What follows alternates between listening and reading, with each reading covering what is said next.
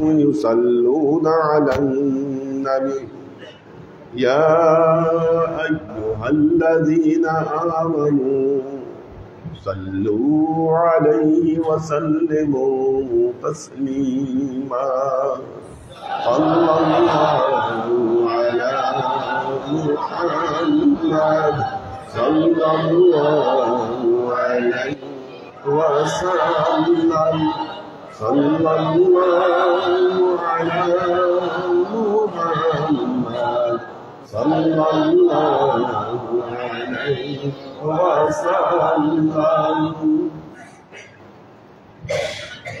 আল্লাহর আশিক ও সালেক বৃন্দ, আজকে আমাদের স্পেশাল ক্লাস হবার কথা। হাজি কয়জন এখানে?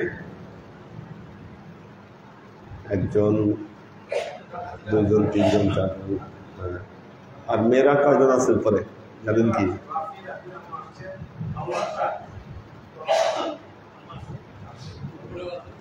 হ্যাঁ, আচ্ছা।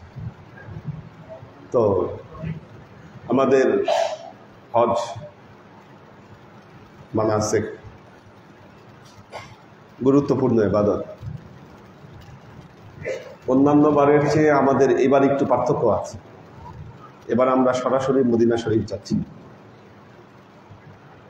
29 তারিখ যে কয়টা ফ্লাইট সবগুলাই জেদ্দা যাবে, শুধু একটা ফ্লাইট মদিনায় যাচ্ছে, সেটা আমাদেরটা। আমরা সরাসরি মদিনায় যাচ্ছি। মদিনায় গেলে সুবিধাটা হবে, আমাদের জার্নি একটা কমে যাবে। সরাসরি মক্কায় গেলে মক্কা থেকে মদিনায় আসতে হতো, মদিনা থেকে আবার মক্কায় যেতে হতো।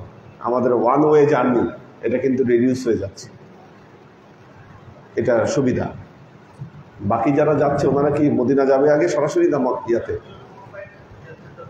আগে জেদ্দাতে, আর আরেকটা গ্রুপ আমাদের সেকেন্ড গ্রুপ মদিনায়। গুড, মাশাআল্লাহ। মানে এটা আপনাদের কবে? 30 তারিখ, তারপর দিনই। হ্যাঁ, ওটা ভালো হয়েছে, তারপর দিনই মদিনায় গেলে। হ্যাঁ, আচ্ছা। কি হোটেলের নাম কি দেখছেন কি?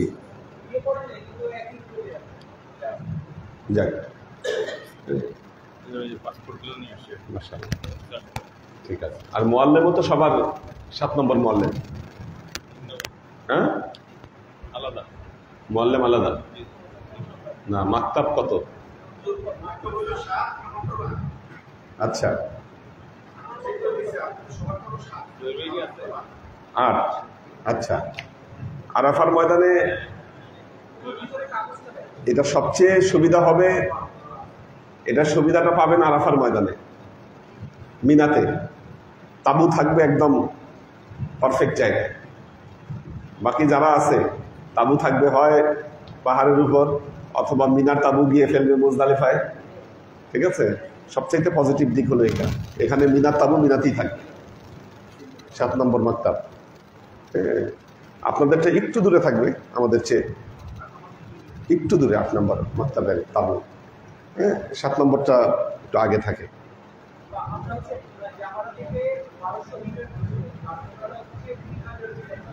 আচ্ছা, 3000 মিটার দূরে থাকবে। আচ্ছা, তো জামারা একদম কাছে থাকবে, এটা একটা খুব পজিটিভ জিনিস। তো যাই হোক, এই জন্য আমাদের এখান থেকে কোনো ফর্মালিটিস নাই। নর্মালি কাপড় পরে আমরা যাব মদিনা শরীফ, মসজিদে নববীতে আমরা প্রতি ওয়াক্ত নামাজ আদায় করব। এটাই আর ডিউটি, 40 ওয়াক্ত নামাজ আদায় করা, এটা ডিউটি ওখানে। রিয়াজুল জান্নায় হয়তো 1 বা 2 বারের বেশি ঢোকা যাবে না। এবং আরেকটা হলো, প্রতিদিন সালাম দেওয়া যায় আল্লাহর নবীকে, মেয়েরা আবার ওইটা পারবে না। মেয়েদের সিস্টেম সব আলাদা মসজিদে নববীতে। এবং মসজিদে নববী এখানে প্রতি ওয়াক্ত নামাজে, প্রতি রাকাত নামাজে 50,000 গুণ বেশি সওয়াব পাওয়া যাবে।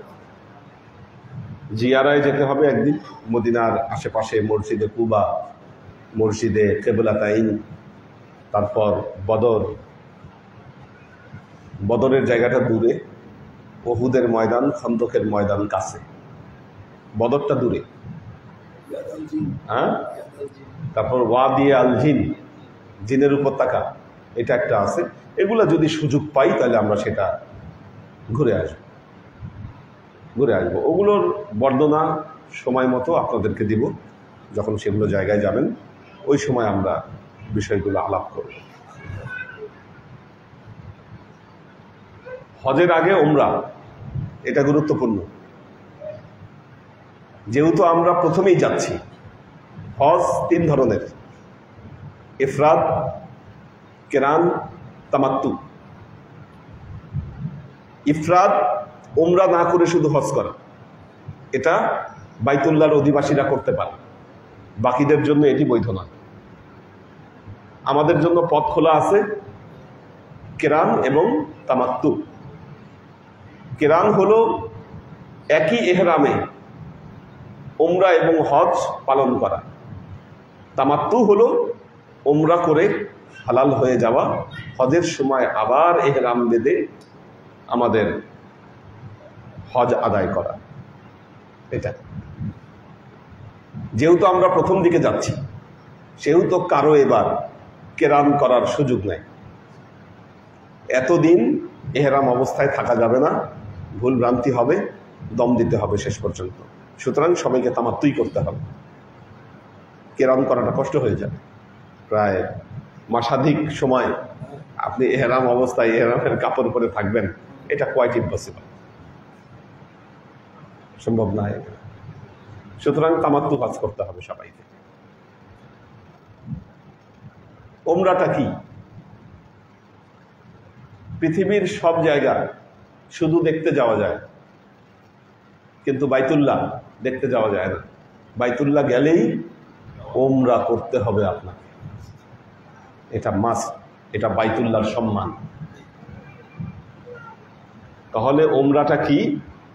উমরাটা হলো 7 বার কাবা শরীফ তাওয়াফ করা, 2 রাকাত ওয়াজিবুত তাওয়াফের নামাজ আদায় করা, জমজমের পানি পান করা এবং সাফা মারওয়াতে সাই করে মাথা মুন্ডন করা, শেষ উমরা।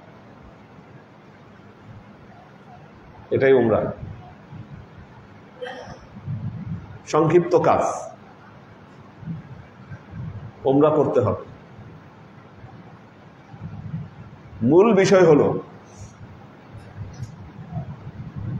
এক এহরামে আপনি যখন মিকাত ক্রস করেন তখন একবারই উমরা করা যায়। আমাদের বাংলাদেশের মানুষ শত শত উমরা করে, 10-12টা উমরা করে, এটা নিজের মনোতুষ্টি, কিন্তু সিস্টেমে ফেলা যাবে না। এটাকে আমরা নিষেধও করি না, মনে চাইছে করতেছে, কাবাঘর তোয়াফ করতেছে, দৌড়াদৌড়ি করতেছে, সাফা মারওয়ায়, এটা মনোতুষ্টি, ঠিক আছে। এবং একটা সুন্দর সিস্টেম বানায় নিয়েছে, মসজিদে আয়েশায় যাও, এহরাম বেঁধে এসে এহরাম উমরা করো। এটা মসজিদে আয়েশা, ওই জায়গার নাম ছিল তানঈম। আল্লাহর নবী মা আয়েশাকে বিশেষ কারণে ওখান থেকে উমরা করার নির্দেশ দিয়েছিলেন।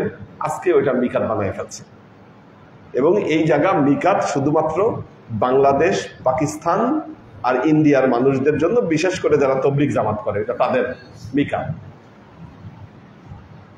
তাদের এটা মিকাত। ওখানে যায়, গিয়ে সুন্দর ওখান থেকে এরাম বেঁধে এসে তারপর করতে চাইলে আপনি করতে পারেন, সেটা আপনার ব্যাপার, কিন্তু লাভের লাভ কিছু হবে না। আমরা যদি তায়েফ যাই তখন আবার মিকাত ক্রস করব, তায়েফ থেকে ফেরার পথে আবার আপনি এহরাম বেঁধে আপনি একটা সলিড উমরা করতে পারেন। যদি আমরা আগে মক্কায় যেতাম, আমরা মদিনা শরীফ থেকে ফেরার পথে আবার তখন একটা উমরা বেশি হতো। তো সেজন্য এখন যেই উমরা আপনি যদি মসজিদে আয়েশা থেকে এহরাম বেঁধে, হজের জন্য যে এহরাম বাঁধবেন আবার, ওইটাতে কিন্তু মসজিদে আয়েশায় দৌড়াবেন না। কি হজের এহরাম কি ওখানে গিয়ে বাঁধে? হজের এহরাম কিন্তু হোটেল থেকেই বাঁধে। তাইলে হজের এহরাম যদি হোটেল থেকে বাঁধা যায়, আপনি যে আবার এক্সট্রা এতগুলো উমরা করতেছেন, এটার চাইলেও কি হবে কি না হবে সেটা আল্লাহ ভালো জানে, ঠিক আছে। তো আমাদের এই দিককার মানুষ এটা করে, এখন তো করা নিয়ম করে ফেলছে, এখন কিন্তু ঢুকতে দেয় না, এখন এত অ্যাভেলেবেল না। আমরা যখন শুরুতে গেছি সব অ্যাভেলেবেল ছিল, সব জায়গায় যাওয়া যেত, এক্সেস ইজি ছিল, করোনার পর খুব রেস্ট্রিক্টেড হয়ে গেছে সবকিছু। বিশেষ করে এই যে রিয়াজুল জান্নাহ, এটার জন্য এত পারমিশন, এত কিছু, আগে তো এগুলো কিচ্ছু ছিল না, এখন এগুলো নিয়ম করেছে। তো আল্লাহ নবীর সাথে আমাদের সাক্ষাৎ হবে, নবীর দোয়া নিয়ে আমরা হজ করতে যাব। এটা ভালো হয়েছে প্রথমে মদিনা শরীফ যাওয়া। আমরা মদিনা শরীফের যে মিকাত, সেখান থেকে এহরাম বাঁধবো মিকাত মসজিদ।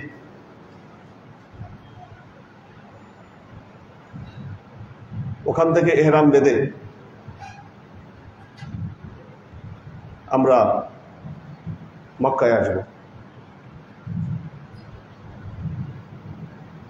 বাইতুল্লাহ গেলে সবাই অস্থির হয়ে যায়, কিন্তু আমি মনে করি ওমরাটা খুব ফ্রেশ মাইন্ড নিয়ে করা উচিত। যখন মদিনা থেকে মক্কায় যাবেন, হোটেলে উঠে রেস্ট নেবেন, ঘুমের দরকার থাকলে ঘুমাই নেবেন, এবং ওমরাটা করতে হবে রাতে, দিনের বেলায় না। দিনের বেলায় এই জন্য করবেন না, কারণ আমাদের মধ্যে বয়স্ক, অসুস্থ বা হিট স্ট্রোকের সম্ভাবনা থেকেই যায়। গত বছর অনেক মানুষ মারা গেছে। কোনো অবস্থাতেই দিনে ওমরা করা যাবে না, ওমরা করতে হবে রাতে।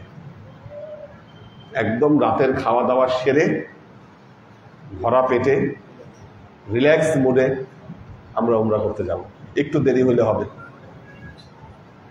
একটু দেরি হলে হবে। ওমরা করার সুন্নত হলো বাবে সালাম দিয়ে প্রবেশ করে, কিন্তু এখন বাবে সালাম দিয়ে আপনি চাইলেই ঢুকতে পারবেন না। সবকিছু এমন সিস্টেমের মধ্যে আটকে ফেলছে, আপনি চাইলেই একটা কিছু করতে পারবেন। প্রথম দর্শন বাইতুল্লাহ, প্রথম দর্শনে বান্দা যে দোয়া করে, এই দোয়াগুলো আল্লাহ কবুল করে। এটা দোয়া কবুলের মুহূর্ত, কাজেই বাইতুল্লাহ দেখে দোয়া করবেন। তাওয়াফ শুরু করবেন। কি পড়বেন তাওয়াফে?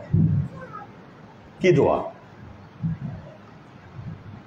সুন্নাহ অনুযায়ী আল্লাহর নবী যে দোয়াগুলো পড়েছিলেন, 2-3টা দোয়া আমরা হাদিসে পেয়ে থাকি। দোয়া কিন্তু বেশি নাই।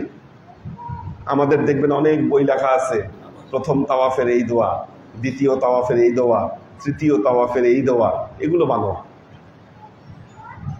বানানো, এগুলো পড়লে গুনাহ হবে না, পড়লে পড়তে পারেন, সেটা আপনার ব্যাপার, কিন্তু এগুলো কোনোটাই সুন্নায় পাওয়া যায় না।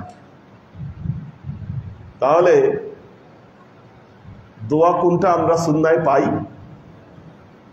প্রথমে তো ইস্তেসলাম, বিসমিল্লাহি আল্লাহু আকবার, কাবা ঘরের হাজরে আসওয়াদে চুমা দিয়া আমরা শুরু করব। লা ইলাহা ইল্লাল্লাহু ওয়াহদাহু লা শারীকা লাহু লাহুল মুলকু ওয়া লাহুল হামদু ইয়াহয়ী ওয়া ইউমীতু ওয়া হুয়া আলা কুল্লি শাইইন কাদির। এই একটা দোয়া পাওয়া যায়। আল্লাহ নবী যখন শুরু করেছিলেন তখন এই দোয়া করেছিলেন।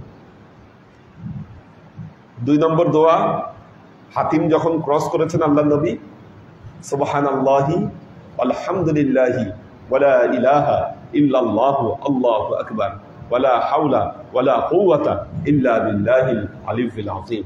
এই দোয়া পড়েছিলেন আল্লাহ নবী। রুকনে ইয়ামিনী ক্রস করে রব্বানা আতিনা ফিদ দুনিয়া হাসানা ওয়া ফিল আখিরাতি হাসানা ওয়া কিনা আযাবান নার ওয়া আদখিলনাল জান্নাতা মা'আল আবরার ইয়া আজিজু ইয়া গফফার ইয়া রাব্বাল আলামিন। আমরা হাদিস অনুযায়ী মাত্র এই 3টা দোয়া পাই। এই 3টা দোয়ার বেশি দোয়া আপনি সুন্নায়, হাদিসের কিতাবে কোনো জায়গায় পাবেন না। তাহলে 3টা দোয়া পড়তে তো খুব কম সময় লাগে, বাকি সময়টা কি করবেন? কোরআন তেলাওয়াত করা যায়, দরুদ পড়া যায়, অনেক কিছু করা যায়। তবে আপনাদেরকে যে টিপসটা দিব, সেটা হলো বাইতুল্লাহর 1000 বছরের ঐতিহ্য। আল্লাহ বাইতুল্লাহ মানুষের মনের দোয়াগুলোকে আল্লাহ কবুল করেন। এই দোয়া কবুলের সুযোগ পৃথিবীর আর কোনো জায়গায় আপনি পাবেন না। আল্লাহ চাইলে আপনি যত দোয়া করবেন সব দোয়াই আল্লাহ কবুল করে দিতে পারে। সুতরাং আপনাদের টিপসটা হলো এই দোয়াগুলা পড়ার পর যে সময় থাকে আল্লাহর কাছে শুধু প্রার্থনা করেন। কি বাংলা ভাষা কি আল্লাহ বুঝে না? কি আপনার আরবিতে বলতে হবে কেন? এই যত দোয়া আছে, যত চাওয়া পাওয়া আছে সব আল্লাহর কাছে উপস্থাপন করতে থাকে।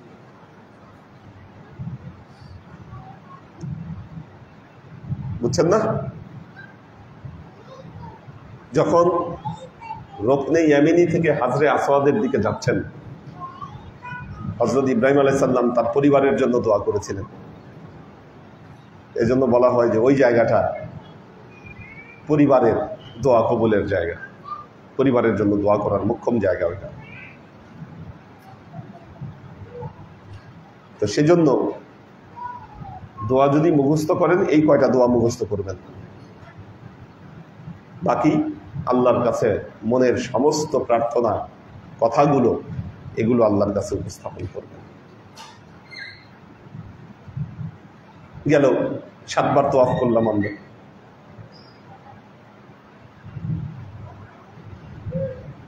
যদি কাবা ঘরে স্পর্শ করতে পারেন করবেন, ভিড় দেখলে দরকার নাই। কি দূর থেকেই ইস্তেসলাম করতে হবে। আল্লাহ নবী হাজরে আসওয়াদে রুকনে ইয়ামিনী কি এই দুটাই স্পর্শ করেছেন। হযরত মুআবিয়া যখন বাইতুল্লাহ তওয়াফ করতেছে তখন উনি 4টা কোণায় উনি স্পর্শ করছে। তখন হযরত ইবনে ওমর ওনাকে ধরে বসছে যে আপনি 4টা কোণা কেন স্পর্শ করলেন? আল্লাহ নবী তো 4টা কোণা স্পর্শ করে নাই, নবী করছে 2টা, আপনি 4টা কেন করছেন? উনি বললেন যে বেশি সওয়াবের আশায়। বেশি করলেই যে সওয়াব বেশি হবে ফ্যাক্টর তা নয়। আমাদের আমল যত সুন্নাহর নিকটবর্তী হবে, যত নিকটবর্তী আমল করতে পারবো ওইটার ভেতরেই কিন্তু সফলতা। আমাদের নবী যা করেছেন এতে আমাদের নবীর প্রতি আমাদের আত্মসমর্পণ এটা প্রমাণিত হবে যে না, আমরা নবীর যা করে গেছে আমরা সেইভাবে সব করছি। 7 বার চক্কর দিলেন। 7 বার চক্কর দেওয়ার পর মাকামে ইব্রাহিমে 2 রাকাত নামাজ আদায় করবেন। ওয়াত্তাখিযু মিন মাকামা ইব্রাহিমা মুসাল্লা, আল্লাহর নির্দেশ। এই নামাজ আদায় আল্লাহর নবী 2টা সূরা দিয়ে করেছিলেন, সূরা কাফিরুন এবং সূরা ইখলাস। সময় মতো সব বলে দিব আপনাদেরকে, জায়গায় জায়গায় মনে করায় দিব, সমস্যা নেই। ওখানে 2 রাকাত নামাজ আদায় করবেন মাকামে ইব্রাহিমে। এরপর চলে যাবে জমজমে, বাইতুল্লাহর দিকে ফিরে জমজমের পানি পান করব। এখানে একটা দোয়া আছে, আল্লাহুম্মা ইন্না নাসআলুকা ইলমান নাফিআ রিজকান ওয়াসিআ ওয়া শিফাআন মিন কুল্লি দাই। এতটুকু দোয়াটা। এই দোয়া পড়ব আর আমরা পানি পান করব। এরপর চলে যাব সাফা মারওয়া। এই দোয়াগুলো একটা কাগজে লিখে আপনাদেরকে দিয়ে দিব। হ্যাঁ, বাইতুল্লাহর দিকে তাকবীর দিয়ে অথবা মুনাজাত করে আমরা দোয়া শুরু করব। ইন্নাস সাফা ওয়াল মারওয়াতা মিন শাআইরিল্লাহ ফামান হাজ্জাল বাইতা আও ইতামারা ফালা জুনাহা আলাইহি আইয়াতাওয়াফা বিহিমা ওয়া মান কাফারা ফাইন্নাল্লাহা শাকিরুন আলীম। এটা পরে কি সাফা শুরু হবে। ইয়ার ভেতরে যে দোয়া করছেন একই দোয়া, মাঝখানে সবুজ বাতি আছে, সবুজ বাতি। সবুজ বাতিটা হলো আমাদের মা হাজেরা হযরত ইসমাইলকে রেখে পানির খোঁজ করতেছে। ওই জায়গাটা তখন ঢালু ছিল, ঢালু থাকার কারণে হযরত ইসমাইলকে দেখা যাচ্ছিল না। দেখা না যাওয়ার কারণে উনি উৎকণ্ঠা হয়ে একটু জোরে দৌড় দিছিল ওই জায়গাটায়। এই জন্য আমাদেরও নির্দেশ, এখানেও একটা দোয়া আছে, রব্বে গফির অরহাম ওয়াজুজ আকরাম ইন্নাকা তা'লাম মা লাম না'লাম ইন্নাকা আনতাল আ'আজ্জুল আকরাম। এই একটা দোয়া, এটা পরে পরে ওই সবুজ জায়গাটা ক্রস করতে হবে। ছেলেরা একটু জোরে দৌড়াবেন, মেয়েরা একটু ধীরে। সাফা থেকে শুরু হবে, 7 বার সাই করলে মারওয়ায় গিয়ে শেষ হবে। সাইটা একটু কষ্টের, তাওয়াফটা শেষ হয়ে যাবে, কিন্তু সাই করতে গিয়ে অনেকে ক্লান্ত হয়ে যান, যদিও ওখানে অনেক সিস্টেম রাখা আছে। বেশি ক্লান্ত হইলে গাড়ি, হ্যাঁ। তো আমরা সাফা মারোয়া সাই করে মাথা মুন্ডন করে ফেলবো, ওমরা শেষ, ওমরা শেষ। এরপর হজের আগ পর্যন্ত শুধু বাইতুল্লাহ যাওয়া আসা, নামাজ, এই। যদি টুকটাক জিয়ারা থাকে সেগুলো সারা, এর বাইরে আর কোনো কাজ নাই। যদিও হজ মিশনের আশেপাশে যদি হয়, 1 কিলোর উপরে দূর আছে হোটেল থেকে মসজিদ। এখন অসুস্থদের জন্য বা একটু বয়স্কদের জন্য যাওয়াটা কষ্ট হবে দিনের বেলায়, কিন্তু চেষ্টা করতে হবে আর কি, যতটা পারা যায়। আমাদের জিলহজের 8 তারিখ পর্যন্ত কোনো কাজ নাই। আমাদের ডিউটি শুরু হবে 8 তারিখ। 7 তারিখ রাতেই নিয়ে যাবে মিনায়। যদিও সুন্নত হলো 8 তারিখ সকালে বাইতুল্লাহ ফজরের নামাজ পড়ে তারপর মিনার উদ্দেশ্যে রওনা দেওয়া। নিয়ম থাকলেও সেটা আমরা পালন করতে পারি না, যেহেতু সিস্টেমে পড়ে না। কাজেই কারণ বাস পাবেন না, এটা সবাই যেতে পারবে না, গেলেও হয়তো তাবু পাবেন না, অনেক রকম সমস্যা আছে। সেখানে মসজিদে খায়েফের আশেপাশে আমাদের অবস্থা। এই জায়গায় মৌলবীরা একটা বিষয় নিয়ে প্যাচ লাগায়, মিনায় এবং আরাফায় নামাজ কি পুরা পড়বেন না কসর করবেন। আমি মিনাতেও জুমা পেয়েছি, আরাফাতেও জুমা পেয়েছি। গতবার মিনার দিন ছিল জুমাবার, সব দৌড়ে মসজিদে ঢুকতেছে জুম্মা পড়বে, মসজিদে খায়েফে। ওখানে একজন অ্যারাবিয়ান বসে আছে, বলে দেখো সব আসতেছে জুম্মা পড়ার জন্য, কিন্তু এরা জানে না এখানে জুম্মা হবে না, কারণ ওখানে নামাজ হলো কসর, আর ওই অবস্থায় জুম্মাও হয় না। আরো কয়েকজন খুঁজে খুঁজে আশেপাশে কুয়েতে মসজিদে গিয়ে এরা জুম্মা পড়ে আসে। বুঝতে পারছেন? আরাফায় মিনায় কসর হবে কেন? আল্লাহর নবী কসর পড়েছেন, এখানে আর কোনো যুক্তি নাই।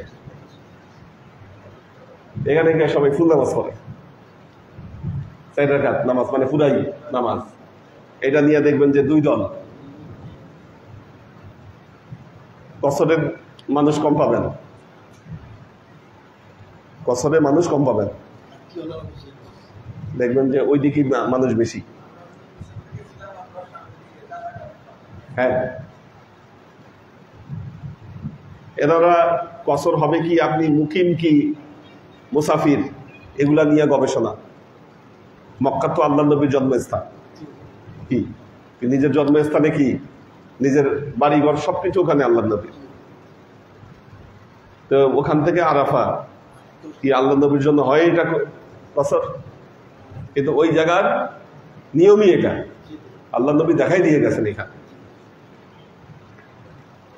আমাদেরকে একটা জিনিস মনে রাখবেন, 8 তারিখে আমরা মিনায় থাকব, 9 তারিখে আরাফায় অবস্থান করব। আরাফায় অবস্থান করা এটা হলো হজের সবচেয়ে গুরুত্বপূর্ণ ফরজ।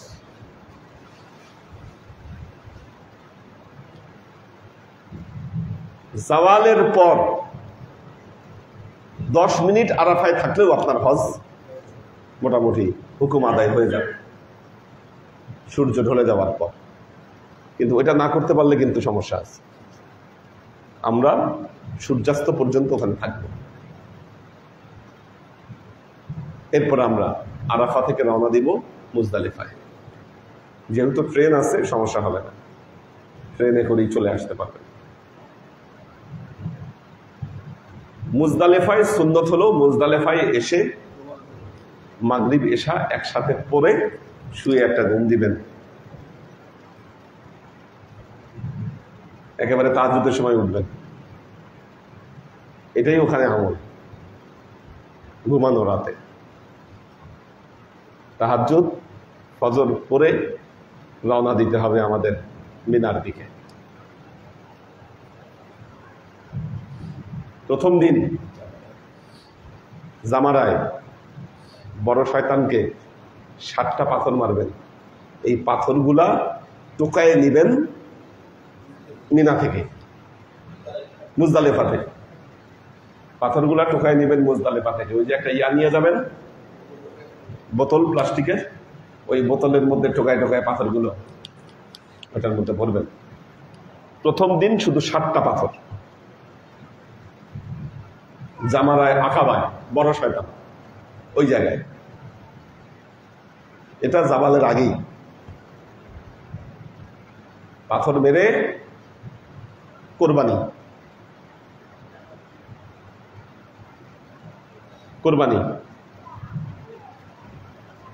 কোরবানির পর মাথা মুন্ডন, কোরবানির পরে মাথা মুন্ডন। এরপরে গুরুত্বপূর্ণ কাজ তাওয়াফে জিয়ারা।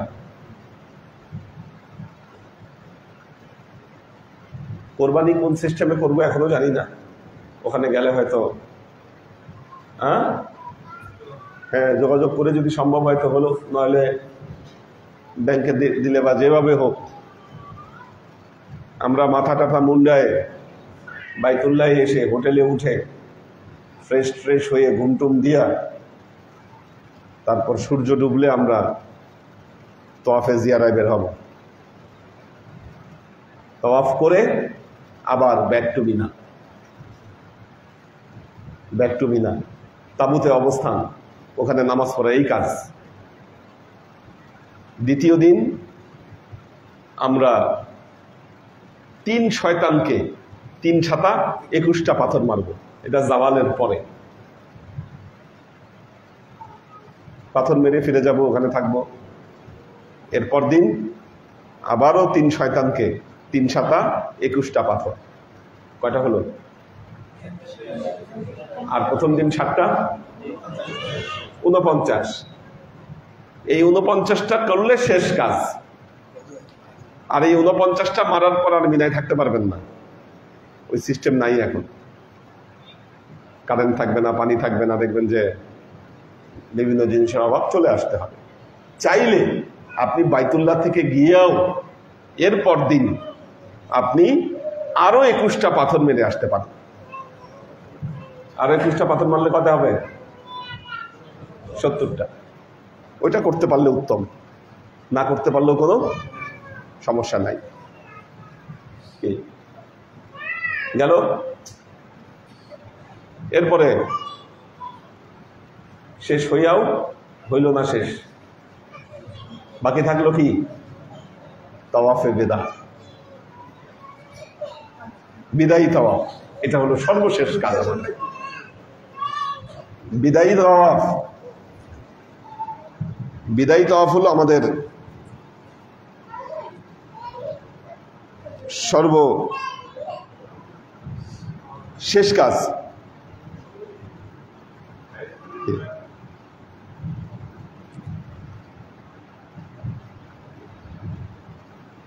সুতরাং আমাদের হজের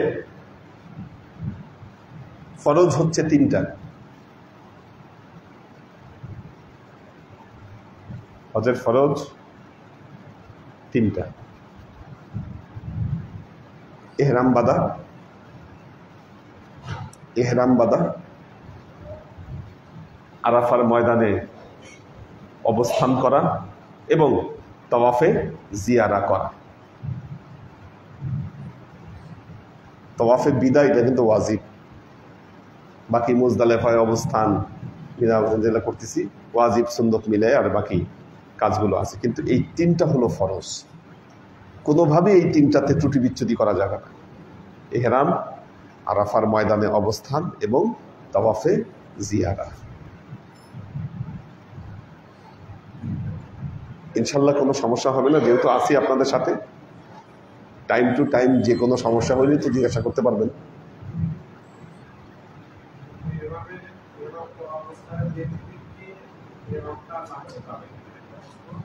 হ্যাঁ,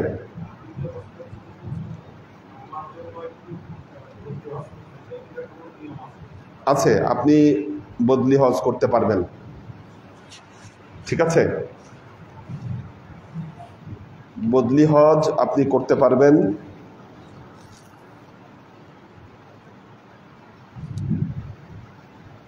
যখন আপনি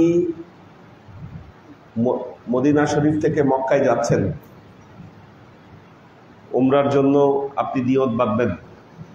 উমরা তো ইহরাম বাঁধা, ইহরামের কাপড় পরে 3 বার তাকবীর বললে ইহরাম হয়ে যাচ্ছে, তালবিয়া পাঠ করলে।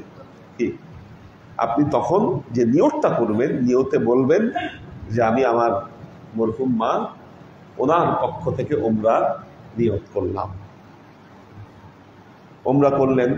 হজের দিনও যখন আপনি ইহরাম বাঁধবেন তখন আপনি ঠিক একইভাবে নিয়ত করার সময় বলবেন আপনার মায়ের পক্ষ থেকে আপনি উমরা নিয়ত করলেন, হয়ে যাবে বদলি হজ। সবই ওনার পক্ষ থেকে তখন আদায় হবে।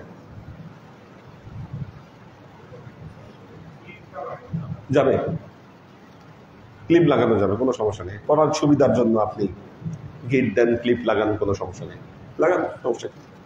সেলাই করা যাবে না, মাথা ঢাকা যাবে না ইহরাম অবস্থায়। এটা মনে কর, কেউ যদি মনে করেন যে না টুপি পরে গেলে তো আরো বেশি সওয়াব, মুখ ঢাকা যাবে না, টুপি পরা যাবে না। হ্যাঁ, কোনটা?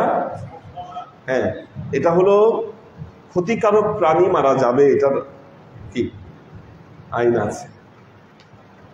কারণ আল্লাহ নবী একদিন যখন যাচ্ছিলেন একটা সাপ দৌড় দিয়েছিল, কি তখন ওই সাপটাকে মারার নির্দেশ দিয়েছিলেন আল্লাহ নবী, সাপটাকে মারা হয়েছে। তার মানে যেটা আপনার জন্য ক্ষতিকর, ক্ষতির কারণ হবে, সেটা মারলে আপনাকে দম দিতে হবে না, কিন্তু শিকার করা যাবে না, পশু জবাই করা যাবে না, কি এগুলা করা যাবে না। হ্যাঁ, সুগন্ধি সাবান ব্যবহার করা যাবে না, সুগন্ধি কোনো কিছু ব্যবহার করা যাবে না। ব্যাপারটা বুঝতে পারছেন? কাজেই সুগন্ধ দেয় এইরকম সবকিছু থেকে বিরত থাকতে হবে। হ্যাঁ, না না, আতর তো দেওয়াই যাবে না ইহরাম অবস্থায়। আতর দিলে দম দিতে হবে।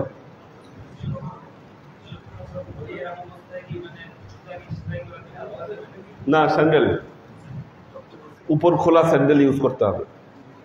নিচে সেলাই থাকলো কি থাকলো সেটা ফ্যাক্ট না, উপরটা খোলা থাকতে হবে, সোজা কথা। হ্যাঁ, মেয়েদের ব্যাপারে মানে ইয়া কম আছে, মেয়েরা স্বাভাবিক কাপড় পরবে। হ্যাঁ, তো ওই মেয়েদের কিছুটা রুখসাত আছে, পারবে পারবে। হ্যাঁ, চুল কাটতে হবে, কেচি দিয়ে চুল একটু কেটে নেবে।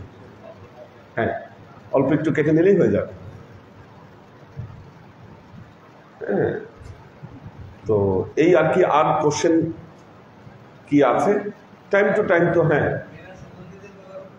না, এহরাম অবস্থায় পারবেন, এহরাম শেষ হলে পারবে। এহরাম আর কয়দিন, আমরা মদিনা শরীফ থেকে এখানে এসে উমরা করা পর্যন্ত যদি তায়েফ থেকে আমরা একটা এহরাম করি, সেই ক্ষেত্রে তখন একটা এক্সট্রা এহরাম। আর কঠিন হলো হজের 5টা দিন, ওই 5টা দিনই একটু সমস্যা। তখন একটু প্রবলেম হয়,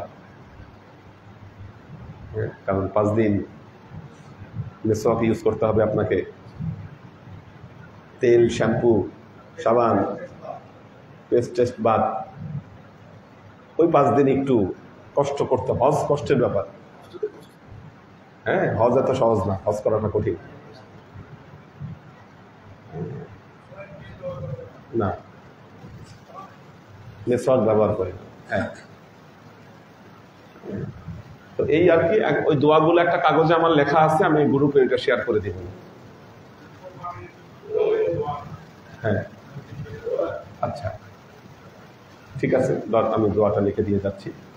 ঠিক আছে, হ্যাঁ আচ্ছা।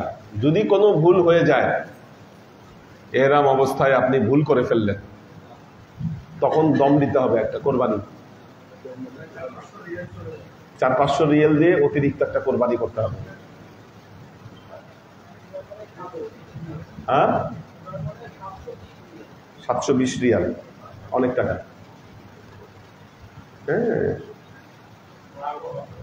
হ্যাঁ, রাগ হওয়া যাবে না, মারামারি করা যাবে না, কারো সাথে গালাগালি করা যাবে না, ফাহিশা কাজ করা যাবে না, কারো জিনিসপত্র নিয়ে যাওয়া যাবে না। রাস্তাঘাটে কিছু করে পাইলেন, চিন্তা করলেন যে নিয়ে যাই, এগুলা করা যাবে না, ফাঁসিকি কাজের মধ্যে পড়বে। আল্লাহ রফাশা। হ্যাঁ, ওটা দিয়ে দিচ্ছি। আর এইদিকে যারা আছেন, দরবারের দিকে খেয়াল রাখবেন, দরবারে বেশি বেশি থাকার চেষ্টা করবেন। মেয়েদের ক্লাস, আপনাদের পীরমা থাকবে ক্লাসে, ঠিক আছে, পীরমা থাকবে। এখানেও মুইনকে মাঝে মধ্যে নিয়ে আসবেন, ওয়াক্তিয়া নামাজগুলো তো এর রাখবেন, দেখবেন কই আছে। দরবারে বা মসজিদে রাতে থাকার চেষ্টা করবেন, কয়েকজন বেশি বেশি করে এখানে থাকবেন, যাতে সমস্যা না হয়, খেয়াল থাকে যাতে সবার এই বিষয়গুলো। কোনটা কার?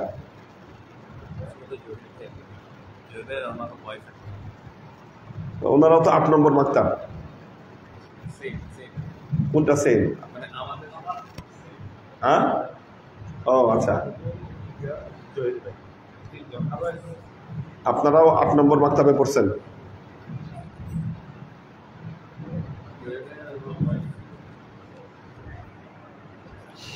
সমস্যা নাই, আমরা একসাথে ইয়া হয়ে যাব।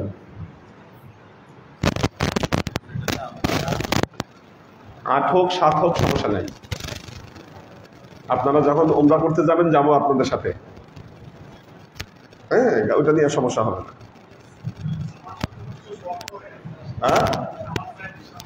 হ্যাঁ, সমস্যা নাই। হ্যাঁ, ঠিক আছে, আল্লাহ সবার হজ।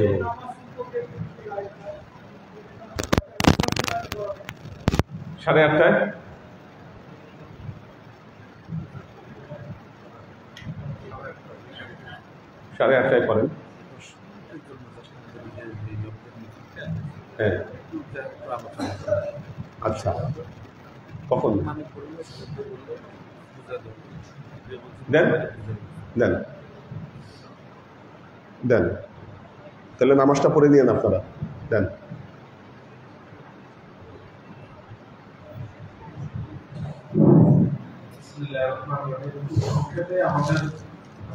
আমাদের একটা মিটিং হওয়ার কথা, যেহেতু সবাই ব্যস্ততার মধ্যে একটু দেরিতে আসছি। আমাদের কমিটির কাগজটা সালির এখন আপনারা নেই, মোবাইলে আছে। হ্যাঁ, মোবাইলে আছে। কার কি দায়িত্ব কাউকে ভালোভাবে কিন্তু আমাকে ফোন করছিল, আমার মনে হয়েছে যে আসলে এটা একটা মিটিং দরকার।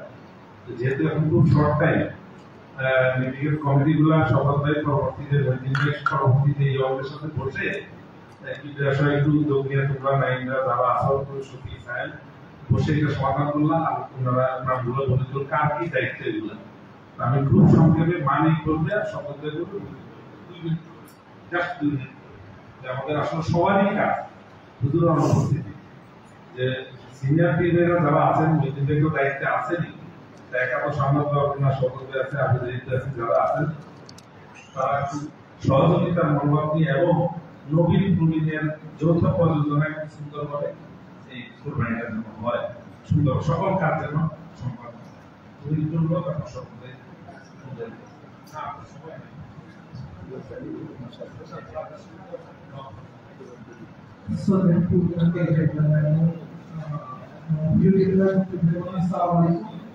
আমাদের এখানে হুজুর খুব সুন্দরভাবে সমস্ত কমিটি তাদেরকে দায়িত্ব ভালো ভালো ভালো নাম আছে, তারা কিন্তু আমাদের এই দায়িত্বগুলো হুজুরের নির্দেশনা। সুতরাং এখানে দরবারে আছি আমরা হুজুরের নির্দেশ মানার জন্য, নিজের নফসকে না হুজুরের নির্দেশ মানার জন্য। এটাকে মনে রেখে আমাদের দায়িত্বগুলো আমরা পালন করবো ইনশাআল্লাহ।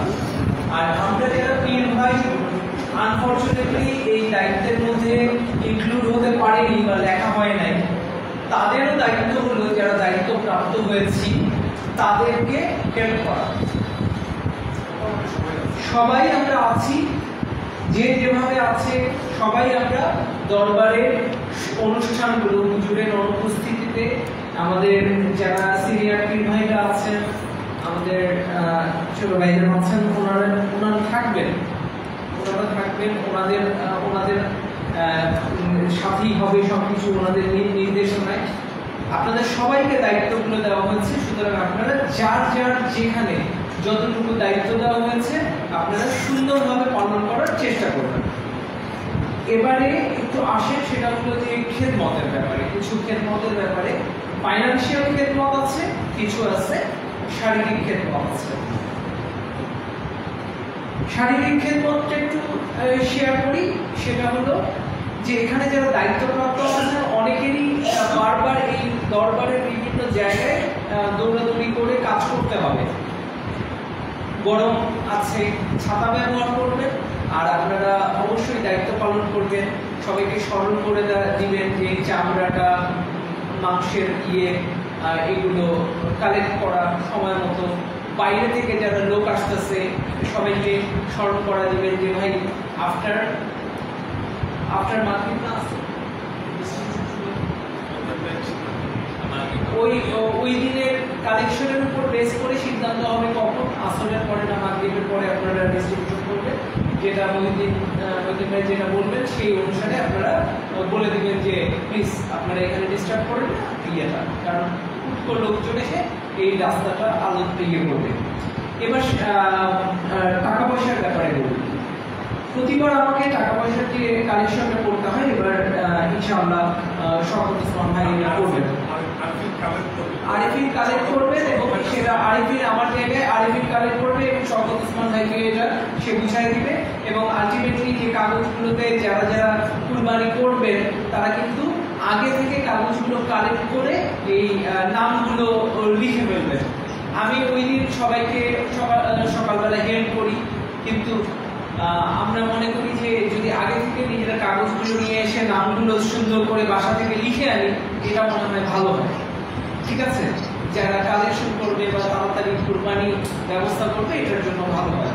তো সেক্ষেত্রে হুজুরের নির্দেশনা অনুসারে যে লিস্টটা দেওয়া থাকবে সেই অনুসারে আরিফিনের হাতে আমরা খেদমতগুলো বুঝাই দেব। কিছু আছে হুজুরের খেদমত, কিছু আছে পরিষ্কার পরিচ্ছন্নতার খরচ, কিছু আছে যে যারা কিনা সাহায্য করছে তাদের জন্য, ঠিক আছে? তো এই জিনিসগুলো লেখা থাকবে, এই কাগজটা দেখে আমরা সেই অনুসারে সবাইকে বুঝাই দেব। হুজুর নির্দেশ দিয়েছেন এখানে কুরবানিটা আমাদের সামাজিকতায় দেখানো কুরবানি যেন না হয়। এটা হযরত ইব্রাহিম আলাইহিস সালামের সুন্নাত হিসাবে হযরত মুহাম্মদ সাল্লাল্লাহু আলাইহি ওয়াসাল্লাম আমাদের যেভাবে বলে গেছে সেভাবে আমাদের মন থেকে, কারণ কুরবানির কোনো রক্ত গোশত কোনো কিছুই আল্লাহর কাছে যাবে না, যাবে আমাদের মনে নিয়াত, নেক নিয়াত। সুতরাং এখানে যদি আমরা একটু গোশতের দিকে নজর দিই তাহলেই আমাদের কুরবানি নষ্ট হয়ে যাবে। সুতরাং যারা সামাজিকতা বাদ দিয়ে এখানে আসতে পারবে অবশ্যই এখানে আসবে। সামাজিক যারা আছেন তারা দয়া করে এই জায়গার পরিবেশটা নষ্ট করবেন না।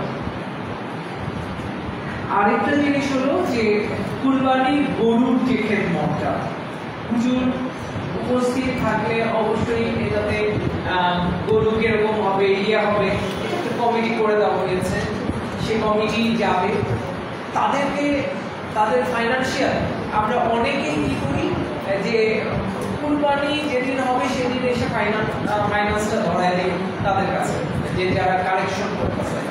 প্লিজ এবার কিন্তু যেহেতু হুজুর থাকতেছে না, হুজুর থাকলে আমাদেরকে অন্যভাবে ফাইন্যান্স করে দেয়, অন্য ফান্ড থেকে যেভাবে টাকাটা কোনোভাবে জোগাড় করে দেয়। তো এবার যেহেতু অনেকেই আমরা যারা চলে যাচ্ছি হুজুরের সাথে, এই জায়গাগুলো আমরা যেমন ইব্রাহিম ভাই এই ফান্ডগুলোর কিছু ম্যানেজমেন্টে আছে, তারপরে হুজুরের সাইন ছাড়া এই ফান্ডগুলো ম্যানেজমেন্ট হয় না।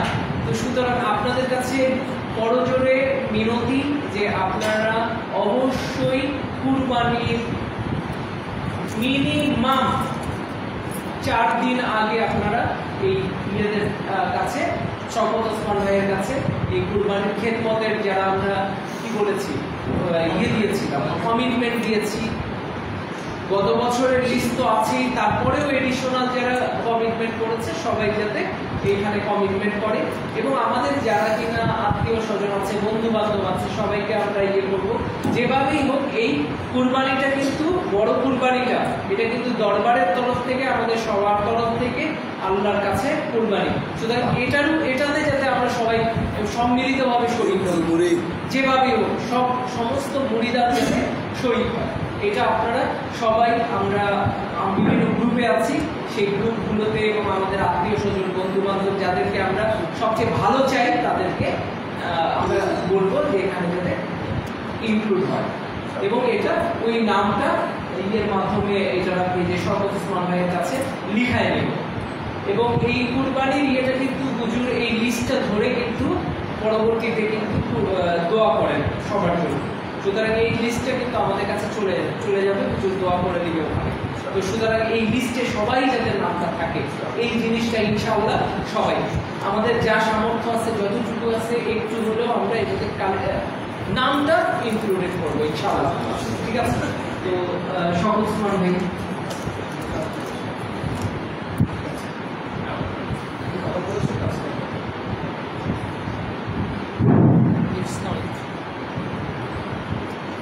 শেষ।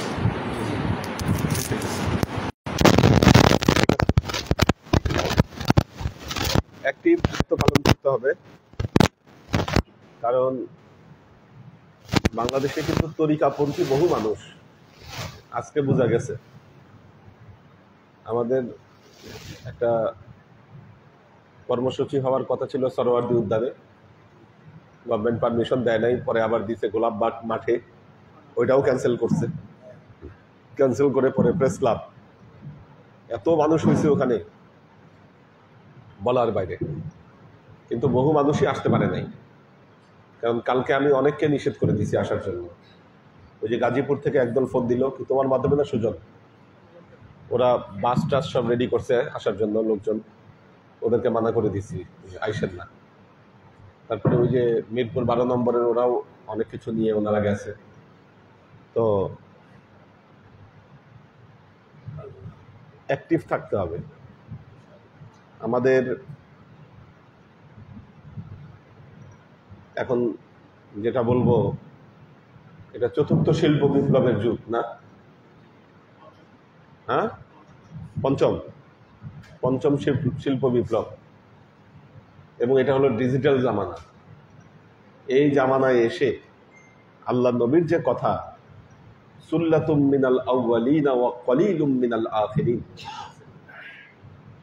জান্নাতে যাবে আগের যুগ থেকে অনেক বেশি মানুষ যাবে, কিন্তু শেষ জামানা থেকে অনেক কম মানুষ যাবে। আমাদের বোধ, চিন্তা শক্তি এত দুনিয়া ওরিয়েন্টেড আমরা হয়ে গেছি, আল্লাহর পথে সময় দেওয়া, আল্লাহর পথে পরিশ্রম করা আখিরাতের জন্য, এটা অনেক অংশে আমাদের হৃদয় থেকে এটা চলে গেছে। এখানেই ইমানের শূন্যতা, ইমানের শূন্যতা এখান থেকে শুরু। আল্লাহ যেন এরকম অকর্মণ্য আমাদেরকে না করে দেয়। ওই যে ওনারা চাইছিল আজকে রিসিট বই কালেকশনের, ওটা তো আব্দুল সাত্তার ভাইয়ের মাধ্যমে দিতে হবে, ওনাকে এন্ট্রি করে তারপর উনি ওইটা তাহলে করবে। হ্যাঁ, ওটা ওই যে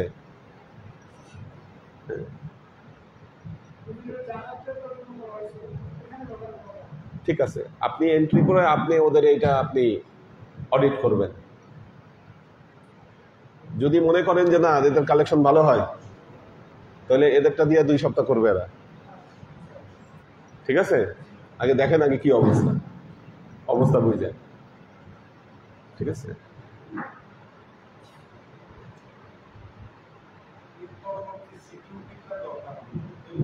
সিকিউরিটিটা অনেক গুরুত্বপূর্ণ। ঈদ পরবর্তী সবাই আশেপাশ থেকে চলে যাবে, ফাঁকা থাকবে, তখন দরবারে থাকতে হবে। কিন্তু হ্যাঁ, দরবারে অবস্থানটা বাড়াতে হবে ওই সময়।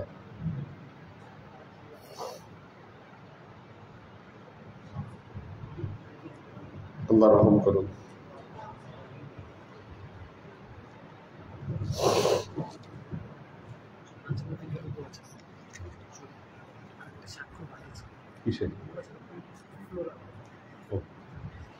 اللهم آمين. اللهم صل على محمد وعلى آل محمد كما صليت على إبراهيم وعلى آل إبراهيم إنك حميد مجيد. اللهم بارك على محمد وعلى آل محمد كما باركت على إبراهيم وعلى آل إبراهيم إنك حميد مجيد. ربنا ظلمنا أنفسنا وإن لم تغفر لنا وترحمنا لنكونن من الخاسرين. ربنا آتنا في الدنيا حسنة وفي الآخرة حسنة وقنا عذاب النار. ربنا لا تزغ قلوبنا بعد إذ هديتنا وهب لنا من لدنك رحمة إنك أنت الوهاب. اللهم إنك عفو تحب العفو فاعف عني يا غفور رحيم ودود. اللهم نور قلوبنا بنور الإيمان، ونور قلوبنا بنور الإسلام، ونور قلوبنا بنور الإحسان، وزين أخلاقنا بنور محمد صلى الله عليه وسلم. اللهم إنا نسألك علما نافعا، رزقا واسعا، عملا مقبولا، شفاء من كل داء، قلبا خاشعا، ذكرا ذاكرا، إيمانا كاملا، توبة قبل الموت، راحة عند الموت، ونجاة بعد الموت. اللهم إنا نسألك رحمتك في كل درجة، فلاح في كل أمر، ونعوذ بك من الشرك والشك والنفاق والبدعة ومن كل وسوسة الشيطان. سبحان ربك رب العزة عما يصفون، سلام على المرسلين، والحمد لله رب العالمين. واجعل آخر كلمتنا عند الموت لا إله إلا الله محمد رسول الله.